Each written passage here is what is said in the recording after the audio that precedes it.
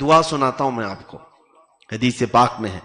حضرت سعد بن ابی وقاص کہتے ہیں میرے بھائی آج دعا کرتا ہوں، اللہ کرے کہ یہ قبول ہو جائے، میری بڑی خواہش ہے، تم آمین کہہ دو۔ یہ دونوں جلیل القدر صحابہ ہیں۔ حضرت سعد بن ابی وقاص نے کیا دعا کی؟ اے اللہ کل جب میدان میں اتروں تو کافروں میں سے سب سے بڑے پہلوان سے میرا مقابلہ ہونا چاہیے۔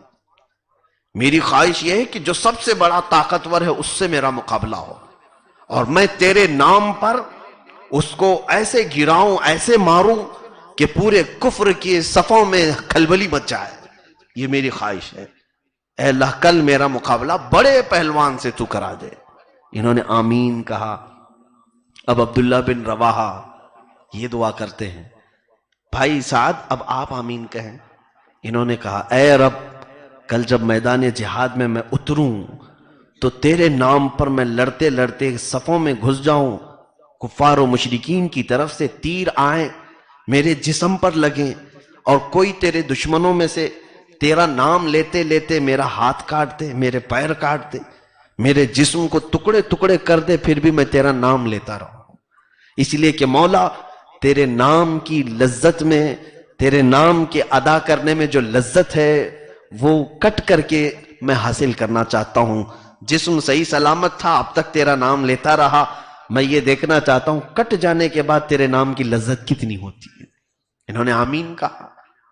دوسرے دن میدان احد میں اترے، اللہ اکبر، حدیث پاک میں دونوں کی دعا قبول ہوئی۔ حضرت سعد ابن ابی وقاص کافروں کے بہت بڑے پہلوان سے مقابلے میں آئے، اور اس کو اتنا مارا آپ نے، اتنا گرایا کہ اسی کے مار کو دیکھ کر کفار بھاگنے پر مجبور ہو گئے تھے۔ حضرت سعد ابن ابی وقاص نے اس کی بہت درگت بنائی، بخے ادھیڑ دیے۔ اس کے بعد شام جب ہوئی، حضرت سعد ابن ابی وقاص فرماتے ہیں جب ساری لاشیں جمع کر رہی تھے، ہاں حضرت عبداللہ بن رواحہ کی ایک دعا یہ بھی تھی، انہوں نے کل کی رات کیا دعا کیا تھا کہ اللہ تیرے نام پر میں مر جاؤں، کٹ جاؤں، لوگ مجھے مار دیں، قتل کر دیں، اور زمین پر بکھرا ہوا پڑا رہوں، اور تیرا محبوب میرے سامنے سے گزرے۔ یہ خواہش تو دیکھیں، تیرا محبوب میرے سامنے سے گزرے اور یوں کہہ دے کہ اللہ کا دیوانہ اللہ کے پاس چلا گیا۔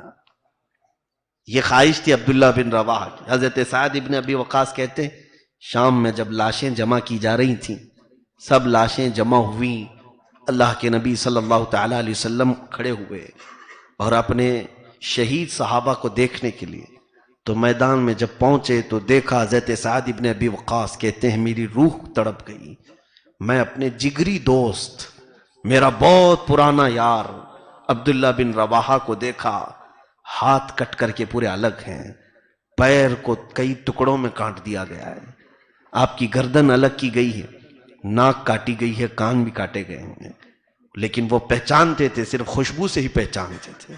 کہا یہ عبداللہ بن رواحہ ہے۔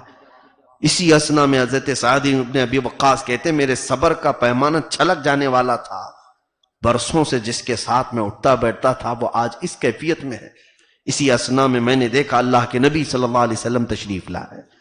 کہا پوچھا سعد کیا دیکھ رہے ہو؟ کہا آقا میرا جگری دوست عبداللہ بن رواحہ ہے، حضور اکرم صلی اللہ تعالیٰ علیہ وسلم نے اپنے ہاتھوں سے ٹکڑے جمع کیے اور عرض کیا مولا تیرا دیوانہ تجھ سے ملنے کے لیے آ گیا،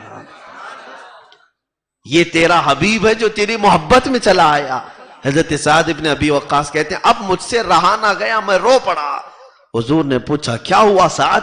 کہا یا رسول اللہ صلی اللہ علیہ وسلم آج مجھے یقین ہوا کہ مولا دعائیں کیسے قبول کرتا ہے۔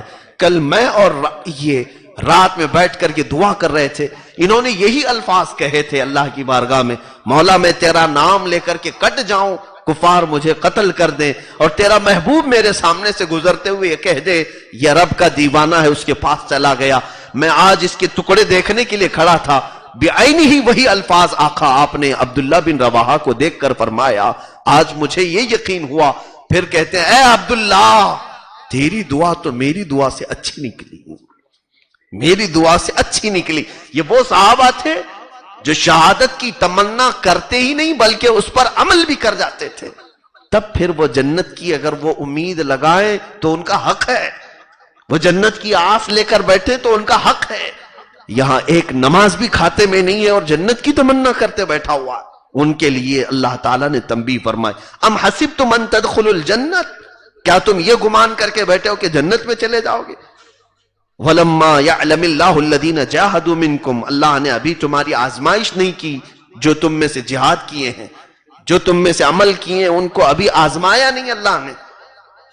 تم ابھی سے جنت کے خیالات اس کے تانے بانے بنتے بیٹھے ہو. ایسے بہتوں کو ہم نے دیکھا، کچھ لوگ پلان کرتے ہوئے بیٹھے ہوئے تھے. ایک مرتبہ میری ایک خاص محفل کی بات بتا رہا ہوں. کچھ طلبہ تھے مدرسے میں پڑھنے والے اور